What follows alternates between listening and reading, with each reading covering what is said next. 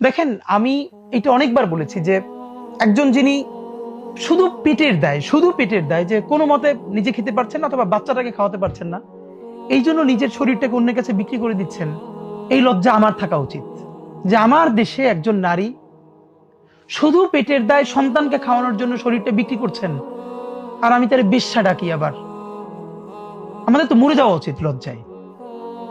যে অন্য কোনো কারণে পতিতাবৃত্তি করে তার তো পক্ষ নেওয়ার কোনো কারণ নাই, কিন্তু এমন অনেক মানুষ আছে, আপনি রাতে বের হয়ে দেখেন বাচ্চার বুকে খাবার দিতে পারে না। আপনি খেয়াল করেন, আমার চোখে আপনার চোখে যিনি একজন বেশ্যা, এই মানুষটা যখন এই টাকায় বাচ্চার জন্য একটা খাবার কিনে নিয়ে যাচ্ছে, সেই বাচ্চার চোখে উনি এই দুনিয়ার সব থেকে সম্মানিত জননী। একজন নারীকে দুটো চোখে, একজন তার কাছে জননী আর আমার চোখে বেশ্যা। একটা বিশ্বাস করেন, ন্যূনতম বৈষম্যহীন ইনসাফের সমাজ